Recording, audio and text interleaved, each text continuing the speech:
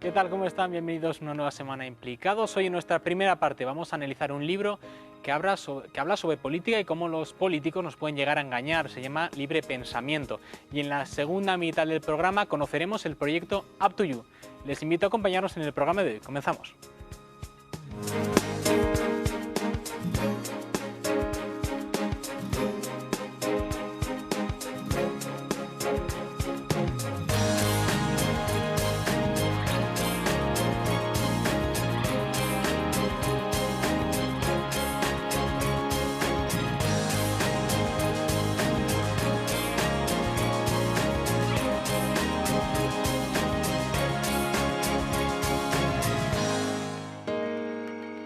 La semana pasada, ya sabrán, bueno, pues fueron las elecciones y de esto, no de las elecciones precisamente, pero sí de política. Vamos a hablar ahora en nuestra primera parte sobre si los políticos con su discurso nos llegan a engañar, nos llegan a manipular, nos condicionan el voto. Tengo en mis manos un libro, se llama Libre Pensamiento, cómo no dejarse engañar, y su autor lo tenemos aquí acompañándonos. Él es Alonso Barán, filósofo, escritor, guionista. Gracias por venir. Bueno, Alonso. Libre pensamiento, ¿cómo no dejarse engañar? ¿Qué entendemos por libre pensamiento? Bueno, se entiende en la frase, pero libre pensamiento, ¿qué defiendes con esta idea?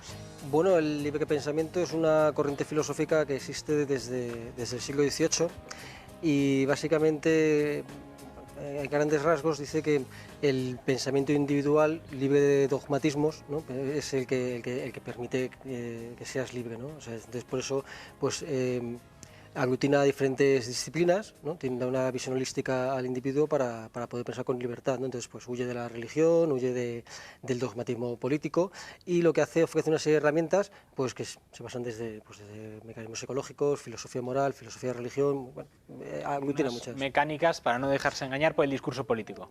En general, para cualquier tipo de dogmatismo, ya sea religioso o sea político, ¿no? Entonces, lo que hace es que a través es una corriente filosófica que ofrece conocimientos cogidos de diferentes ámbitos académicos para tener una visión holística, y es porque es la única forma de evitar el dogmatismo. Si adquieres conocimientos únicamente desde conocimientos matemáticos, pues tienes un dogmatismo matemático, ¿no?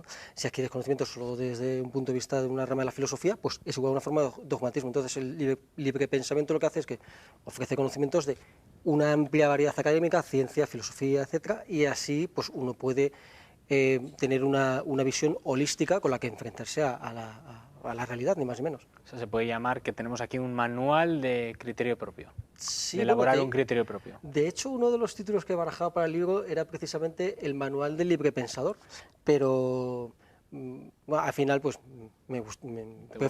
claro, al final es la palabra libre pensamiento. Sí, al final lo coges como por un poco de capricho, ¿no? Me gusta más este, no sé por qué, pero no me gusta más este, ¿no? Pero efectivamente, además está estructurado a modo de manual, o sea, es decir, por capítulos, que uno puede acceder a ellos desde el índice o rápidamente, ¿no? He sacado antes, cuando presentaba el programa, presentaba un poco esta parte, he dicho que venimos, bueno, de unas elecciones y que ahí evidentemente influye mucho el discurso político y influye mucho a la hora de votar, a la hora de que una persona vote, pues lo que ha oído, la opinión general, pues muchos factores. Entonces yo he querido preguntar esta semana, bueno, a la gente en la calle a ver qué opina sobre este tema, no sobre tu libro, sino sobre al votar, si votamos libremente o estamos condicionados por el discurso político, por la opinión general. Estas son las respuestas que nos han dado. Bueno, pues hay gente que yo creo que sí, que realmente está condicionada, y supongo que hay gente que también, en fin, funciona y decide, y en este caso vota pues a tenor de ese libre pensamiento. Yo trato o pienso que estoy en los segundos. Los políticos lo único que hacen es comernos el tarro para que les votemos, y luego hacen de su capa un sayo y nos dejan, por lo menos hasta hoy, y nos dejan a todos, al que le ha votado, al que lo ha puesto ahí, yo creo que nos deja abandonado. Te envuelven, te dicen esto, te dicen lo otro, y luego al final te encuentras que no es, que lo que decían pues no es una realidad. Entonces, pues que nos engañan, vamos, que nos engañan. Yo creo que está más condicionado, creo, y por miedo a perder lo que tienen. Yo creo que votamos, no sé, libremente y en base a nuestras ideas, no a las ideas de los políticos, porque los políticos para mí, cero, mucho manipulan. Piensan dar todo, pero para ellos, para sus poltronas, para sus puestos, nada más. El pueblo, nada. Muy condicionada, totalmente. Los poderes fácticos funcionan aquí a la perfección, en el Estado. Eso lo mueven muy bien ellos. Normalmente suele haber individualmente un pensamiento totalmente individual. Las personas, sean de derechas o de izquierdas, tienen pensamiento individual. Pero los medios de comunicación y los poderes fácticos son tan fuertes que al final hace influir a la gente que no tiene un carácter propio, legítimo, de pueblo, pues para votar cosas que se confunde totalmente, porque votar a la derecha cuando hay una corrupción terrible, pues no sé a dónde vamos, ¿no? Bueno, pues un poco de todo. O sea, Alonso, ¿qué opinas de esto que hemos oído? Al menos la opinión de si estamos votando con libertad o influidos. Bueno, parece que la balanza se ha decantado, ¿no? Si hacemos una pequeña encuesta, se ha decantado ahí a favor de que estamos condicionados. Yo realmente es que votar libremente, o sea, se utilizan determinadas técnicas para inducir comportamientos, ¿no? Entonces, ¿qué es votar libremente? Ser consciente de cuál es la ideología, la conoces, tu ideología, y dices, bueno, pues a mí me gusta más este tipo de ideología y voto a quien sé que va a llevar este programa ideológico, lo va a hacer efectivo, ¿no? Entonces dices, ahí votas libremente y dices, bueno, pues sea pues un liberal social, un liberal conservador, un comunista, un socialista, lo que quieras, ¿no? O sea, dices, bueno, esto es lo que ocurre es que normalmente se inducen comportamientos a través de las emociones, ¿no? Entonces había una persona ahí, hemos visto, que decía, pues a través del miedo o a través de la ira.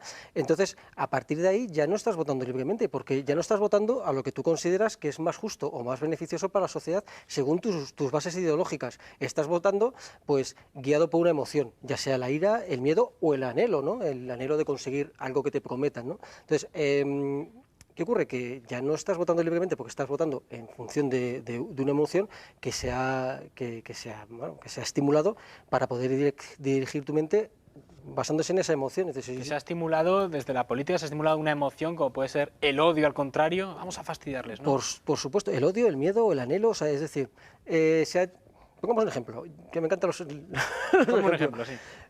Voy a llegar al gobierno y voy a hacer una serie de recortes sociales para poder equilibrar los presupuestos. Bueno, esa persona no se lleva ni un solo voto, ¿no? Lógicamente. Claro. ¿No? ¿Qué es lo que dicen? No, yo cuando llegue al gobierno voy a bajar los impuestos y voy a arreglar la economía. O otra cosa, ¿no? Lo que voy a hacer va a ser, cuando llegue al gobierno, es dar una paga a todo el mundo y tal. Bueno, son dos anhelos diferentes enfocados a diferentes estratos sociales, que es donde tienen su caladero de votos, ¿no? Entonces, ese mismo anhelo de conseguir algo, tú ya no estás viendo pues que hay una ideología detrás que es la que va a poner en marcha. Es decir, el que es un liberal conservador va a hacer una serie de cosas con su ideología y el que es un socialista va a hacer una serie de cosas con su ideología. Pero te prometen algo, te dan ese anhelo y tú ya votas pensando en eso. O, como decías tú, el odio al contrario, ¿no? Estimulan la ira o estimulan el miedo y entonces tú solo estás viendo que, mira, yo es que no quiero que ganen estos y voy a votar a estos otros. O solo para que no ganen eso, o para echar al que está de alcalde y que dice, no me gusta y vamos a ir a por ellos porque... Claro, entonces o sea, ¿eso es una motivación más que lo que está opinando el partido que estás votando? O sea, decir, no sé muy bien qué opina este partido, pero lo que no quiero es que estén nosotros. Es que ese es el problema, el problema es que es volver a la gente emocional, ¿no? Si tú votas por la ira, por el miedo o por el odio, no estás votando un programa ideológico. Y luego, pues, vienen las sorpresas, ¿no? Luego viene esta persona, pues hace una determinada, actúa de una forma en la sociedad, pero que te resulta una sorpresa que haga recortes o que haga otras cosas. Oiga, claro. Si es que va en su programa ideológico, es un liberal conservador y quiere reducir al mínimo el Estado. ¿Qué va a hacer? Pues recortar, ¿no? Pero tú has votado a un anhelo que luego no se ha cumplido. Entonces, ese secuestro emocional que hacen es lo que yo considero que no te permite votar con libertad, porque si no pones las cartas, votar con la libertad sería, estas son las cartas que pongo encima de la mesa, esta es mi ideología, esto es lo que voy a hacer, y hacerles cumplir eso luego, ¿no? Claro. Y entonces dices, bueno, pues elijo esto porque creo que es mejor, y no elijo esto porque creo que voy a fastidiar al otro, no quiero que esté en el poder, ¿no? ¿No votamos según nuestras propias ideas? La pregunta que a veces me da la sensación, ¿no? Me parece curioso cuando tanta gente comparte tantas cosas, todos. O sea, me parece más una secta que un partido. Te pongo un ejemplo. Imagínate que yo tengo, bueno, un ejemplo, no un ejemplo concreto, sino abstracto. Yo tengo mis ideas y es muy difícil que exista realmente un partido con el que yo comulgue en todo. Pero sí que se da casos de gente que parece, bueno, que van todos a una, que es normal en política. Es decir, votamos o nos unimos un partido en base a nuestras ideas, o llegamos y decimos, bueno, a ver qué piensan estos. Vale, piensa esto. Vale, pues entonces yo tengo que pensar esto y me adapto. Es muy buena pregunta. Bueno, que todas las personas compartan unas mismas ideas se debe a un espacio epistémico, ¿no? Es decir, nosotros vivimos dentro de un conjunto de ideas y ya, pues esas ya definen tu pensamiento. Pongo un ejemplo, es el concepto de creación del universo. Eso es una idea cristiana. Los griegos no tenían la idea de creación, el universo era eterno. Ya simplemente con eso ya estamos pensando que el universo tenía un principio y un fin. Eso parte de un espacio epistémico. Llevado a política, tú compartes unas ideas con todo el mundo porque son las ideas que te ofrecen. Y dices, estas son las ideas que hay. Y tú ya no valoras nada más, al igual que no valoras que el universo pueda ser eterno, como creían los griegos, sino que ha habido un principio y un fin, pues estas son las ideas que manejo. ¿Por qué? Porque son las que me dan, ya han conformado ese espacio de ideas político, ¿no? Que luego todos vayan a una con ese partido, aunque no comulguen con todas las ideas, como acabas de decir, que es muy difícil, ¿no? Dice, bueno, a mí me gustan unas y otras no. A mí, por ejemplo, yo veo los partidos y de todos me gustan cosas y de todos detesto cosas, ¿no? Entonces dices, claro, ¿por qué no cogen solo las buenas? Bueno, el tema está en que lo que se hace es fanatizar a la gente, ¿no? Yo, por ejemplo, en el libro hablo de cómo las similitudes entre la política y la religión. Si te das cuenta, la gente normalmente vota como una iglesia, ¿no? Tiene unas ideas políticas y ya puede llevar ese político el país a un abismo que va a seguir votándole, ¿no? Entonces, ¿qué ocurre? Que eso lo que hace es que hay una serie de mecanismos psicológicos y psicosociales que a nosotros nos hacen poder ser manipulados y fanatizados. Por ejemplo, vas a un mitin político, entonces por estar en grupo una persona ya no piensa igual que en soledad. Tienes una serie de emociones que se ven mitificadas. Por ejemplo, tienes un sentimiento de solidaridad con los que están alrededor, tienes un sentimiento de que se diluye la responsabilidad. Son 7 u 8 procesos que todos tienden a eliminar el pensamiento individual. Entonces, ¿qué ocurre? Que tú estás viendo a un líder que está en un púlpito, como cura. Es como una visita papal y todos efectivamente, en el estás estadio, ahí, claro, y entonces ese estar en masa ya hace que determinados resortes psicosociales y psicológicos se activen o se desactiven. Entonces, esa persona está ahí como un líder. Suelta su soflama política y a ti te entra pues, como un cuchillo, ¿no? Entonces, ¿qué ocurre? Que eso es lo que hace que se vaya fanatizando a la gente, porque es un proceso psicológico y al final se incentiva ese proceso de fanatismo con lo que se llama falsa dicotomía. Ellos son malos y yo soy bueno, claro, ¿no? Entonces, ¿qué ocurre? Que tú incentivas constantemente el contrasentido, es decir, el contrasentido lo que hace es crear sentido. Yo quiero crear un sentido y digo, mira, la noche es eso que no es el día, ya te crea un sentido, ¿verdad? Con dos, bueno, pues ellos son malos y yo soy bueno, ya te crea un sentido. Entonces eso ya está dirigiendo tu pensamiento a que veas a esa persona que hace esa falsa dicotomía, pues como un líder irrefutable. Claro. Y al otro como el malo. Como el demonio, ¿no? Entonces, sí. Eso es lo que comentas, ¿no? Del líder. ¿Votamos más partidos o personas? Bueno, no los... Que voto a fulano porque es guapo, ¿no? Porque yo creo que, vamos a ver, la elección del político que pones al frente, de repente sale Pablo Iglesias, te pongo un ejemplo, ¿no? Y de repente el PSOE y Izquierda Unida sacan jovencicos. Entonces dices, ¿a quién estamos votando? ¿Al partido por sus ideas o al que está en cabeza porque es guapo, me cae bien, tiene presencia? Bueno, son dos cosas diferentes. El que se pongan políticos jóvenes, es lógico, ahora hay unas políticas emergentes que son jóvenes, claro. Pero psicológicamente el ser humano, pues esto ya se hace en el Neolítico, cuando había épocas de crisis, lo que se hacía era se ponían a la persona joven y fuerte para sacar a la población de esa crisis. Y cuando las cosas iban bien, cogían a una persona más mayor para que fuese más conservador. Entonces, psicológicamente, el ser humano está preconfigurado para apostar por la juventud en momentos de crisis y apostar por pues gente más mayor, para ser más conservadores en las épocas que va bien en la sociedad. Entonces, ¿qué ocurre? Que yo creo que eso los estrategas políticos no se les pasa por alto, ¿no? ese conocimiento. Luego, que votamos más a líderes o a ideas, pues Realmente hay una cosa que está clarísima, y es que es fácil dirigirse hacia una punta de lanza. Me explico, yo puedo dirigir mi pensamiento a una persona o a un color, ¿no? Es más sencillo que decir, mira, te voy a mostrar una pluralidad de personas, cada una tiene un discurso diferente y unas ideas que se entran dentro de una ideología, le estás dando a la gente demasiadas cosas en las que pensar. Una sola idea, un eslogan, una cabeza visible, eso hace que direcciones la atención hacia un solo punto, ¿no? Y no dispersarlo y convertirlo en algo multicéfalo, que al final pues dices, no sé ni a quién voy a votar ni lo que están pensando, ¿no? Entonces también está estudiado el hecho de que la gente tiende a seguir un líder, ¿no? Y pues bueno, ¿no? Y sobre los temas que saltan siempre a la palestra cuando hablamos de política, sobre todo en campaña, que hay pues unos temas determinados, que hay 1000 temas en un país para hablar, pero siempre hay varios, ¿no?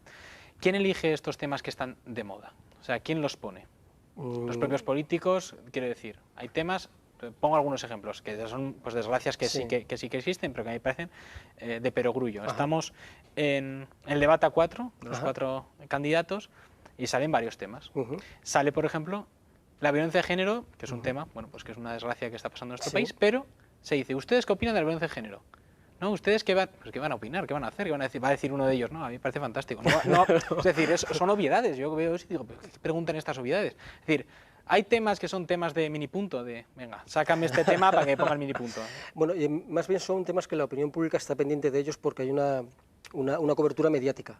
Entonces, ¿qué ocurre? Que dice, si los medios de comunicación hablan mucho sobre la violencia de género, lo que tienen los medios de comunicación es una influencia desmesurada sobre la forma de pensar que tenemos. O sea, eso nos da una visión, los medios de comunicación a través de una serie de mecanismos se dan una visión de la realidad y que se puede convertir en una falsa realidad o una realidad, ¿no? Hablamos de la violencia de género.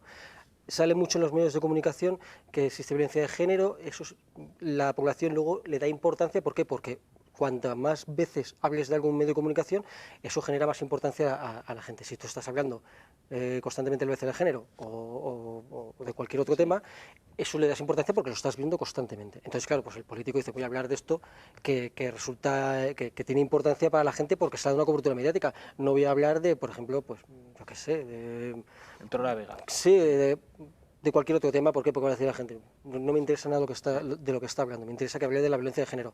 Obviamente nadie que esté en su sano juicio pues va a estar a favor de la violencia de género, claro. y nadie que sea un perturbado mental y está a la violencia de género, a favor de la violencia de género, va a ser tan imbécil para en época de elecciones decir, yo es que estoy a favor de la violencia de género, ¿no? O sea, entonces, esos comportamientos son una base de beatificación. Esos comportamientos, quiero decir... Beatificación del líder, ¿no? Sí, o sea, es decir, le vamos a preguntar por violencia de género, entonces él dice, no, yo estoy en contra, y el racismo, y no, yo estoy en contra del racismo, y que son tópicos, que es de perogrullo, sí, pero... Pero comparado con otros temas, por ejemplo, inmigración al sur de España, todo lo que son las vallas, Ceuta y Melilla, eso casi ni se habla.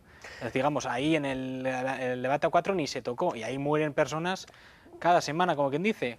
¿Por qué eso no se pregunta tampoco? Bueno, también está la función del pero bueno, ¿por qué hay temas más en la palestra que otros cuando todos tienen víctimas y desgracias? Pues porque entiendo que tienen un tiempo para hablar de determinados temas, ¿no? Y sacan lo que tiene más trascendencia en ese momento para la sociedad. Es lo que tiene mayor cobertura y resulta de mayor interés, pero ya no solo también por audiencia, ¿no? Un programa de televisión también se mide por audiencias, claro. ¿No? Y entonces, bueno, como los medios de comunicación pues dan cobertura a una serie de hechos que ocurren en la sociedad, pues esos mismos medios de comunicación le preguntan sobre esos hechos que ellos dan, a los que dan cobertura, ni más ni menos. Sobre estas últimas elecciones estamos comentando también, yo creo que igual tiene bastante que ver con este libro, con tu libro, Libre Pensamiento. Si votamos, también a la hora de votar, con esa libertad y no condicionados por el discurso, que puede ser el discurso del miedo, el discurso de la incertidumbre, que una mujer ha comentado antes en el vídeo, es que votamos por miedo, porque para mantener lo que tenemos, ¿no? Las estadísticas daban, y las encuestas, que va a ganar un gobierno de cambio, que va a venir el cambio. De repente a todo el mundo ha sorprendido que, ¡boom!, volvemos al bipartidismo, como dice, vuelve a ganar lo de antes. Sobre esto mismo quería preguntar también a la gente en la calle, sobre esta misma pregunta, sobre qué ha pasado aquí, que se esperaba una cosa, se ha habido pues un cambio de discurso y por eso ha habido diferente resultado, y esto es lo que nos han dicho. Pues esa es la pregunta del millón, lo dejo ahí. Yo me la hago a mí mismo también. Es la pregunta del millón. Yo creo que las propias encuestas, los sociólogos, los propios partidos que pensaban que iba a ser de otra manera, tampoco se lo explican. No sé si hay muchos referentes en la historia más reciente en este país, pero la verdad es que es una pregunta que tiene una respuesta realmente difícil. Yo no te la sé dar. Bueno, es que en general yo pienso que la gente es temerosa. En general la gente es temerosa. Entonces, igual no se dan cuenta de que esa nueva savia puede solucionar esa problemática que acabo de comentar yo, anterior, con otras fuerzas, con otras... No sé, yo creo que no hay atrevimiento. Entonces, ante esa inquietud, yo creo que al final pues dicen, vamos más o menos a lo seguro. Es decir, a lo seguro, a que los vuelvan a engañar, claro, como siempre, pero bueno. Más vale malo conocido que bueno por conocer. Pues porque el pueblo ha querido eso. Si el pueblo vota a una coalición o a un presidente o a una persona, es que lo quiere. Si hubieran querido los otros, le hubieran votado a los otros. Me resulta muy curiosa la frase, más vale malo conocido que bueno por conocer. Es decir, a última hora se ha incentivado este discurso del miedo. Yo sinceramente, bueno, en las encuestas yo también había escuchado que iba a quedar todo más o menos igual que en diciembre, y es lo que ha ocurrido, o sea, más o menos han tenido. Luego yo sí he escuchado mucho que había pues que es una forma de manipulación a través del lenguaje, ni más ni menos, que es decir, estamos a punto de ganar, nos falta muy poco, y entonces yo decía, bueno, ellos ¿en qué se basan para decir que va a haber un gobierno del cambio, que van a ganar? No, lo están diciendo ellos, pero ¿en qué se basan? En unas encuestas que hacen en determinadas zonas. Yo más bien identificaba eso como el hecho de estamos a punto, vamos a hacer el cambio, únete a este movimiento, y que era más que nada pues un discurso más que que tuviese una base real, porque las encuestas que hacen pues se hace por paneles, ¿no? O sea, cojo unas cuantas personas en una zona determinada y eso lo extiendo a una población. Bueno, pues es que luego el voto del miedo, bueno, claro, es que cada uno hace su discurso basado en las emociones, o sea, de un bando utilizan el miedo y de otro bando utilizan la ira y la esperanza. En el libro pongo hay una cosa que se llama teoría de justificación del sistema, que dice que el ser humano tiene tres necesidades básicas, que son sentirse valioso, sentirse que forma parte de un grupo que es valioso y sentir que forma parte de un sistema que es justo. Si esas necesidades se ven contradichas, entonces pues, no aceptas el sistema. Bueno, hasta ahí parece algo lógico y que todo el mundo... Sí. Yo lo que digo es que ya lo que pasa es que esto no se le escapa a esta gente, se le escapa a los políticos. Entonces, ¿qué hacen? Pues utilizan el discurso basándose en esto. El que está satisfecho con el sistema, ¿no? El que tiene sus necesidades, que se siente valioso, que está en un grupo valioso y que forma parte de un sistema que es justo, ¿qué va a hacer? Va a utilizar el miedo al cambio, ¿no? Es decir, el cambio va a implicar un cambio de tu estatus. Tú estás satisfecho, si no me votas a mí, viene el cambio y tu estatus se va a ver perjudicado. El que tiene su caladero de votos en gente que no está contenta con el sistema, ¿qué va a hacer? Pues va a estimular la esperanza, ¿no? De hecho, no, yo voy a hacer que forméis parte de un sistema justo. Entonces, ¿qué ocurre? Que basándose en esas tres necesidades psicológicas que tiene el ser humano, se utiliza una emoción u otra en un discurso para poder dirigir el pensamiento de tus votantes, ni más ni menos. Entonces dices, si hay gente que no está contenta con el sistema, ¿qué le voy a decir? Que voy a cambiar el sistema. Si hay gente que está contenta con el sistema, ¿qué voy a decir? Que yo no voy a cambiar el sistema. Entonces utilizo unas emociones para, digamos, dar un valor semántico a mis palabras. También respecto a otra actitud que suelen tener mucho los políticos, no es aquí ves una estrategia también para influir, digamos, en el pensamiento colectivo o que realmente lo sienten así. Ahora, por ejemplo, pues está muy de moda, ¿no? Decir, oye, que el alcalde o el gobernante, que siempre ha sido en toda la historia una figura de respeto, diga, no, soy uno más del pueblo y haga pues, alguna serie de gestos como rebajando y no, es que... Es decir, ¿esto realmente es bueno para la política, este tipo de actitud? Porque yo entiendo que el que gobierna, y el que por algo será elegido para que tome decisiones. ¿Este tipo de actitudes se toman realmente porque ellos se sienten del pueblo o también para condicionar en plan, mira, nosotros somos y el resto son los...? Bueno, o sea, que los políticos besen niños en la época de elecciones es algo muy, muy común, ¿no? O sea, realmente se hace como forma de acercamiento. La política, ¿no? tiene un valor democrático, es indudable, y es muy diferente a lo que es la monarquía en el sentido de lo que estamos hablando del icono, del líder. O sea, a los monarcas se les desde el siglo XIV, XV, empezó a utilizarse una iconografía para dar la sensación de alteza, soy un rey, tú tienes que respetar mi autoridad porque lo digo yo y ya está. En el gobernante que necesita votos para legitimarse, pues hombre, tiene que dar un aspecto de, oye, yo soy alguien que sé cuáles son tus problemas, soy cercano a ti y sé por las cosas malas que estás pasando, no estoy en mi torre de marfil, ¿no? Entonces, eso precisamente se hace para acercar al gobernante al pueblo. Bueno, hay que mirar a los americanos en este sentido. ¿Qué hace Obama? Si Obama es casi muchas veces hasta un humorista, ¿no? Hace chascarrillos, enseña a la gente lo que hace el día de Navidad, tiene su perro, dan una visión humana del político, porque eso lo que hace es que te sientas cercano a él y que puedas depositar tu confianza en un voto hacia esa persona. Y si es una persona fría y altiva, pues dices, bueno, yo no me fío. Pues mira, entre el que me fío y el que no me fío, pues la ansiedad manda, ¿no? Al que me fío, y lo hacen pues que son gobernantes y que están para gobernar, pero dan esa cercanía pues para captar votos menos. En tu libro también hablas, lo has comentado anteriormente, de que la democracia es una especie de religión. Sí. Bueno, Nietzsche dijo que Dios había muerto. Bueno, él constató que la idea de Dios, porque ya somos tan religiosos en la sociedad, ¿no? Entonces él decía que ese vacío trascendental que ha dejado la idea de Dios puede ser llenado con cualquier otra idea. Entonces yo digo que es con la democracia con lo que se ha llenado. ¿En qué me baso en esto? No es una mera opinión, ¿no? Encuentro muchas similitudes. Por ejemplo, Dios es un ente abstracto que está en todas partes. La democracia es una idea abstracta que también está en todas partes. Hay mesías religiosos y hay mesías políticos. Hay sacerdotes que interceden entre la democracia y el pueblo, y los profanos, ¿no? Antes eran sacerdotes religiosos, ya no es, pues, como dices tú, el alcalde, el senador, bien. Se hacen cruzadas para imponer la democracia a otros regímenes. Ahora, antes, ¿qué se hacía? Pues mira, pues pongo mi idea de Dios a tu religión. Se fanatiza alrededor de símbolos, como ocurre con las religiones, ¿no? Ya sea de un partido. Se movilizan emociones, o sea, la religión moviliza muchísimas emociones, y lo que hacen los políticos es constantemente movilizar emociones para fanatizar. Entonces, ¿qué ocurre? Que cualquier cosa que diga un político que diga que está relacionada con democracia, dice la palabra democracia y es como que se beatifica. Es como antes que decía un cura, es que está dicho palabra por de Dios. Palabra de Dios.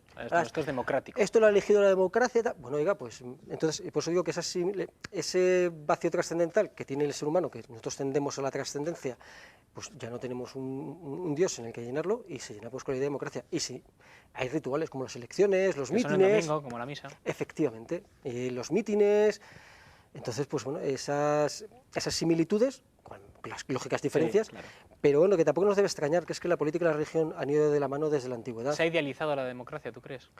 Es que es una idea, la democracia al fin y al cabo... No, pero idealizar, como es mucha gente dirá, bueno, pues es de las soluciones que hay, la menos mala. Bueno, yo creo que pero habrá gente que dice, no, es la solución. Es la voz del pueblo. Pero bueno, la voz del pueblo, ¿hasta qué punto? Por ejemplo, un ejemplo muy básico, ¿vale? ¿Por qué no hay democracia en la Iglesia? Porque si se eligiera el Papa entre todos, digamos, entre el pueblo elige al Papa, supongo que igual la gente no tiene ni los conocimientos teológicos que tendrá el que tenga que elegir, ni la cultura, ni los estudios. Es como si elegimos, es decir, es una manera de salvaguardar un poco el orden, ¿no? Claro. O si, por ejemplo, se elige al médico cirujano de un hospital, lo eligen, bueno, pues en vez de elegir el director, lo va eligiendo la plantilla, bueno, pues... No, yo prefiero que me opere el cirujano que sea el más competente y no el que esté elegido democráticamente, ¿no? Porque imagínate que es un demagogo que ha prometido a que va a dar a todo el mundo cualquier cosa en el hospital y luego es el más incompetente, ¿no? Respecto a la religión, bueno, el Papa lo eligen los cardenales, ¿no? Sí, los cardenales. Es una oligarquía y tal. En realidad, el Papa puede salir cualquiera. Pero bueno, pero es que se supone que es el envío de Dios, ¿no? Entonces no puede salir. Pero sí, efectivamente, ahí no impera la democracia. ¿Qué ocurre con nuestros...? ¿La democracia es el mejor sistema que se ha inventado, el mejor sistema de gobierno? Por supuesto que sí. O sea, yo tengo una cosa muy clara, ¿no? Y es que, oiga, yo debo ser dueño de mi destino y no seguir los designios, dueño de mi destino dentro de una sociedad, ¿no? O sea, no hacer lo que me da la gana. Y no seguir los caprichos y los designios de un líder que es un tirano y tal. Entonces, ¿es el mejor sistema? Desde luego. ¿Es mejorable? Por supuesto. ¿Es empeorable? Claro que sí. Es decir, el conocimiento es acumulativo, pero podemos retroceder en las libertades y los derechos de un plumazo, ¿no? Entonces, claro. Hay que estar siempre alerta para que no nos engañen, ¿no? Ni más ni menos. Entonces, ¿se ha idealizado la democracia?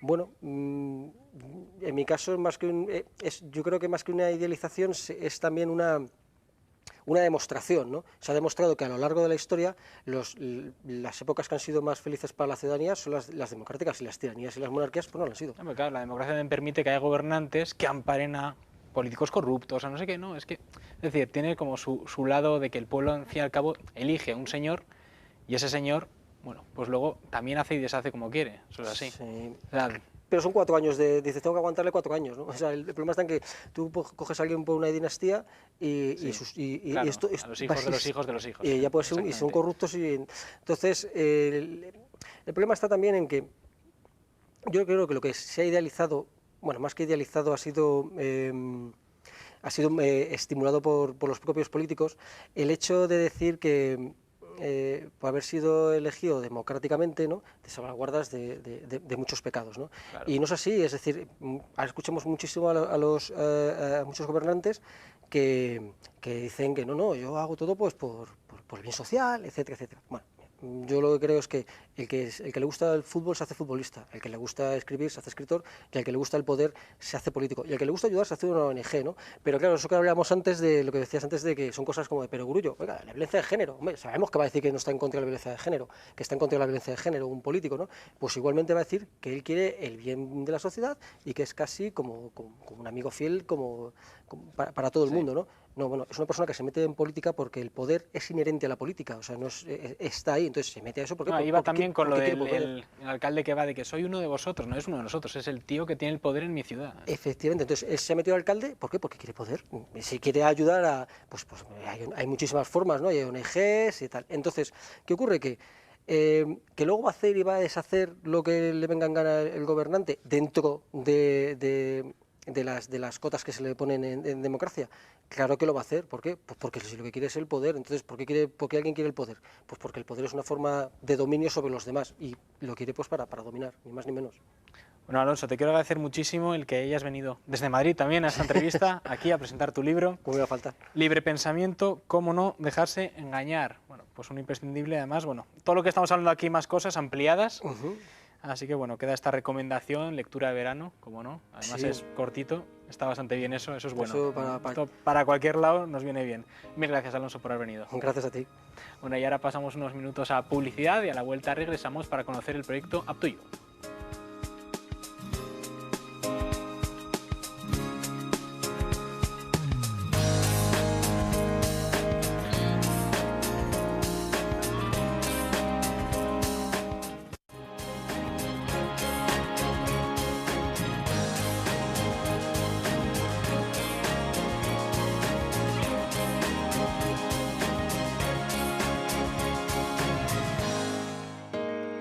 Continuamos en Implicados, vamos a conocer ahora el proyecto Up to You y para conocerlo nos acompaña en nuestro plató José Víctor Orón, padre escolapio e investigador predoctoral del Grupo Mente Cerebro del Instituto Cultura y Social de la Universidad de Navarra. Gracias por estar aquí. Muchas gracias.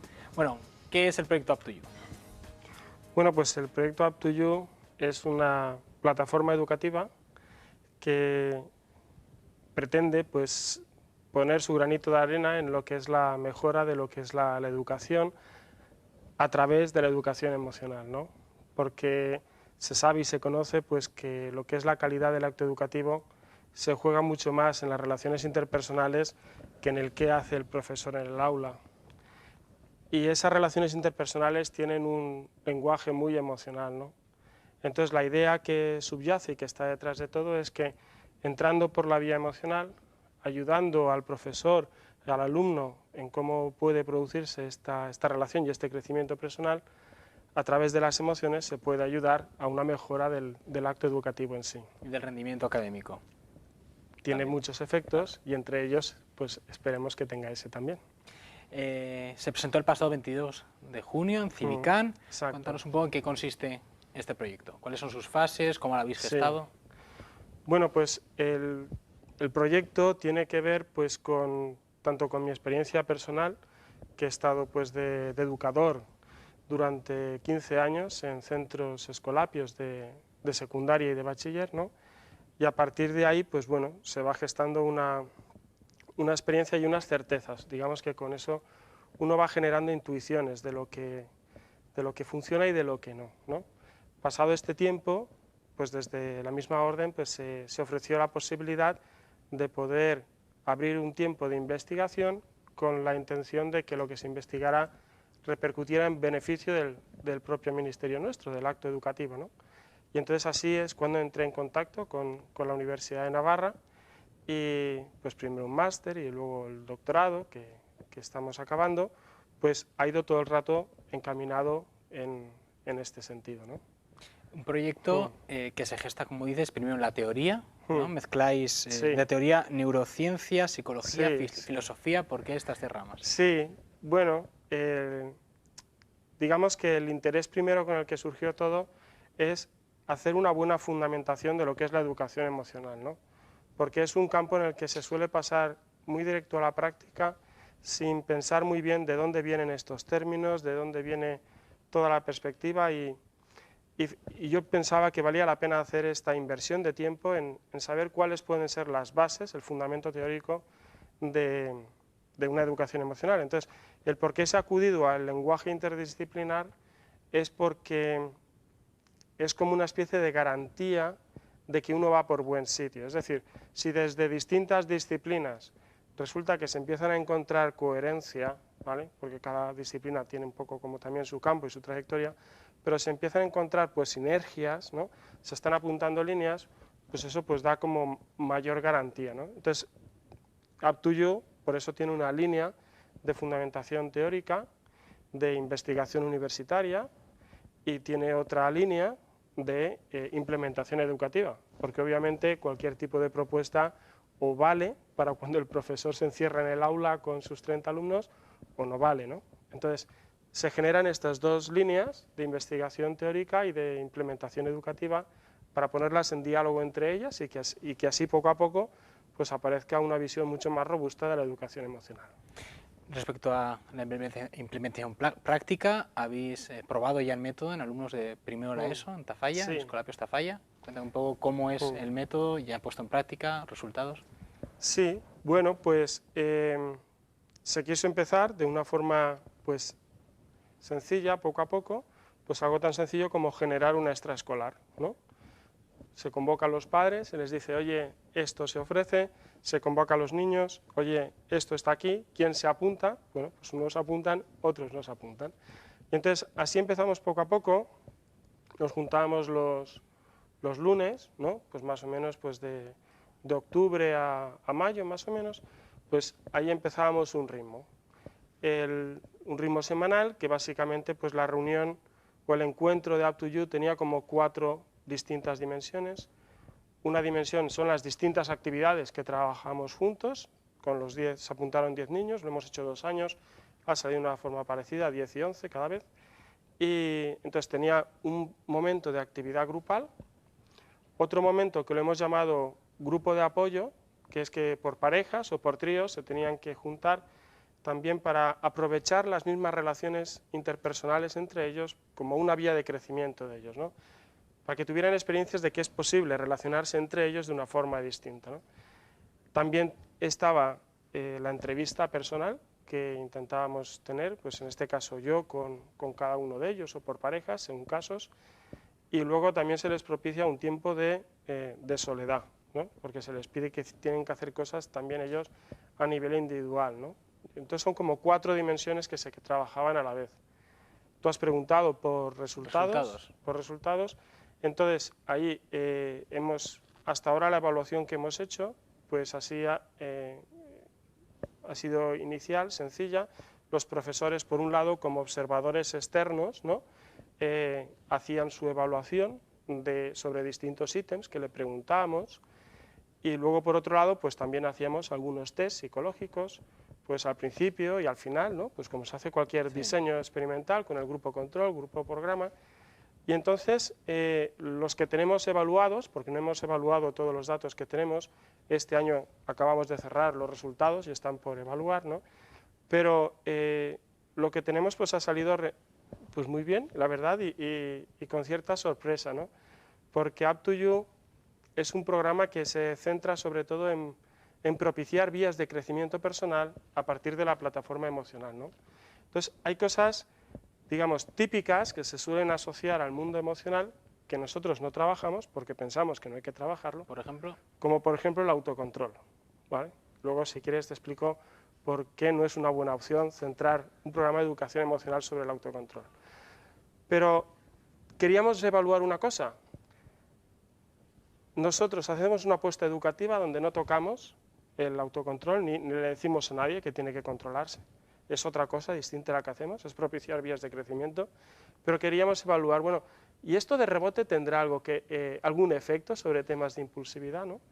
Entonces la verdad es que los resultados salen pues llamativos, porque mientras que el grupo control, o sea, la gente que no ha participado en el programa, a lo largo del curso, pues bueno, va dando mayores resultados en impulsividad, en cambio, en el grupo del programa salen menores, ¿no?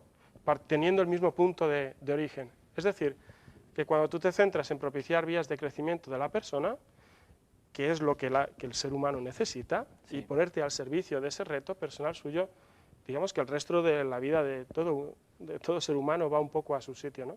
Entonces, eso fue uno de los resultados que evaluamos. O sea, que colateralmente también se trabajan ese tema como el autocontrol, que en un principio no lo queréis trabajar. Exacto. Luego, si quieres, hablamos un poco más de eso. Sí, sí. ¿Por qué se rechaza eso?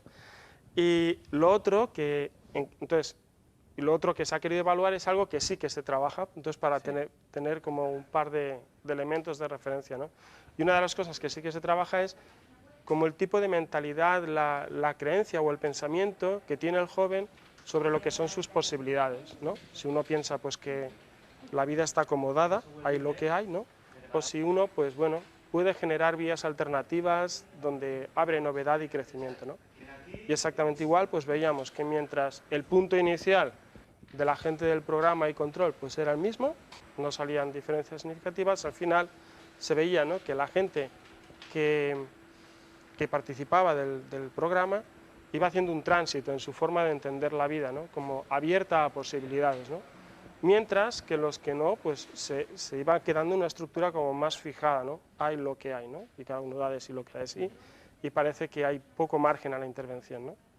Entonces, estos son dos resultados que se han evaluado y, bueno, y ahí están, esperando, o sea, por esto que decía al principio, formo parte del grupo Mente-Cerebro, ¿no?, y se quiere con la evaluación dar un paso adelante, ¿no?, y poder hacer evaluación neuropsicológica también, y no simplemente un test psicológico. Claro. Lleváis 2 años poniéndolo en práctica. Sí.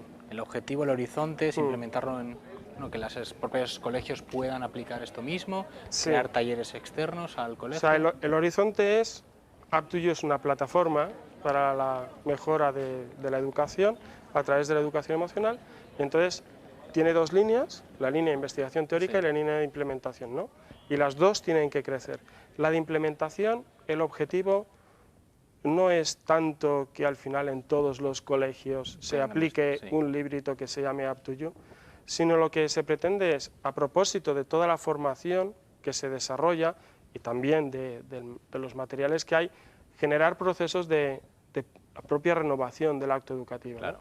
Entonces, porque es que no es tanto un tema de aplicar el programa, sino que es porque es absurdo un tema que incentive quizás a escuelas y a colegios a aplicar estas metodologías. Sí, pero el objetivo es como bastante ambicioso, porque no es simplemente conseguir que un colegio diga, vale, pues voy a hacer esto en la tutoría, ¿no?, sino que el objetivo es que el colegio entero, más allá de que lo que el profesor tutor haga o deje de hacer, entienda esta dinámica, porque es que es absurdo que se plantee un tipo de relaciones y se esté, digamos, ofreciendo una perspectiva en una asignatura si el resto del colegio no participa del mismo sentir, ¿no? Claro. Estaríamos dividiendo, o sea, sometiendo a una tensión al niño de que cada uno lo lleva por un lado, es una situación difícil, ¿no?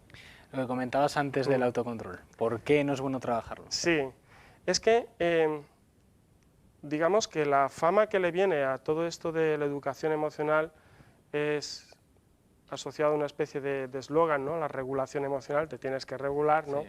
Control de tus propias emociones, autocontrol. Sí. Es de donde viene, ¿no? Pero es, yo creo que un mal planteamiento, y voy a intentar decir por qué de una forma rápida, ¿no? Mira, todo esto del mundo de la educación emocional surge en el mundo empresarial norteamericano, donde tiene una idea bien clara. El empresario quiere que la empresa funcione bien, salga dinero, ¿no? Sí. Pero se encuentra con cosas, ¿no? Entre otras cosas es que él es un ser humano y sus emociones a veces le pueden jugar malas pasadas, o que el ambiente en la empresa no funciona bien. Entonces, digamos que lo primero que aparece es que se establece un objetivo y todo se regula, entre ellos las emociones. Entonces, este es como el punto de arranque donde ha nacido, y de hecho, de este mundo empresarial norteamericano es de donde luego se ha ido derivando que si el coaching, ¿no? Porque el coaching es dime tú qué quieres y yo te ayudo a conseguirlo. O sea, es esta mentalidad de funcionar para un objetivo predeterminado y todo lo demás ajustarlo. Y así se ha querido llevar también a la adolescencia, digamos que poniendo objetivos. Bueno, pues queremos que los jóvenes estén bien, bienestar, que tengan una buena autoestima, y sin mucha reflexión y criterio de qué es lo que está viviendo un joven, se ha querido poner en esta mentalidad, ¿no? Entonces, digamos que en ese sentido las emociones se ven como una especie de estorbo, ¿no? Porque pueden desviar al joven de un objetivo concreto, ¿no? Que a veces es como preestablecido por el mundo adulto, tienes que hacer esto, ¿no? En cambio, eso nosotros pensamos que es una mala concepción y una mala descripción tanto de lo que es la emoción como de la situación real que vive el joven, ¿no? O sea, digamos que la visión del control emocional es que las emociones sobre todo son como causas, te pueden empujar y te pueden llevar donde no quieres, por eso hay que regularlas. Pero si en lugar de ver así las emociones se ven un poco, pues como además estudiando se ve que salen, las emociones en lugar de ser causa son fundamentalmente efecto. Y de forma secundaria son tendencia, ¿no? Porque sí que mueven, ¿no? Pero fundamentalmente son un efecto, es decir, quien vive como vive, quien quiere lo que quiere, quien hace lo que hace, quien se relaciona como se relaciona, ¿no? Al final acaba sintiendo de una forma determinada. Luego las emociones están hablando de la persona, de la situación personal, pero son un efecto. Por tanto, si es un efecto, es absurdo querer centrarte en cambiar un efecto, al revés, la emoción déjala que esté bien como está para poder conocer qué es lo que ha pasado y que una persona se conozca a sí misma y en qué situación está, ¿no? Entonces, no querer controlar una emoción, decir, esta emoción no la quiero, quiero esta otra, ¿no?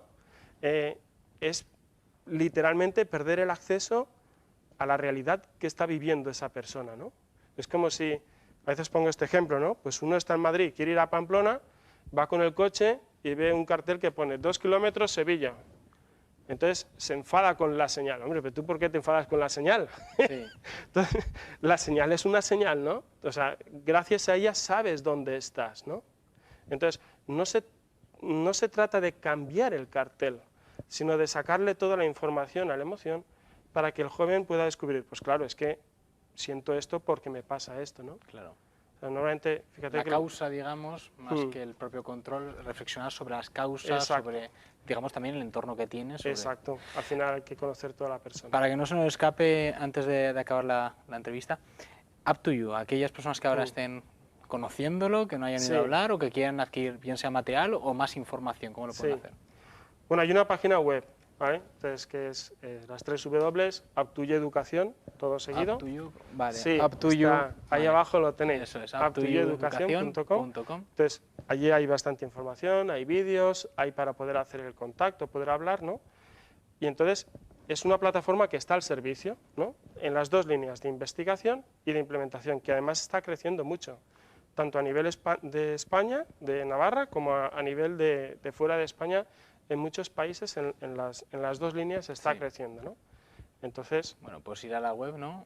Visitarla, exactamente, up2yueducación.com, y ahí, bueno, para más información y mayor contacto. José Víctor, tenemos que despedir el programa. Bien. Te quiero agradecer muchísimo que has venido aquí, estar con nosotros, hablar de este proyecto. Tu presencia, mil gracias.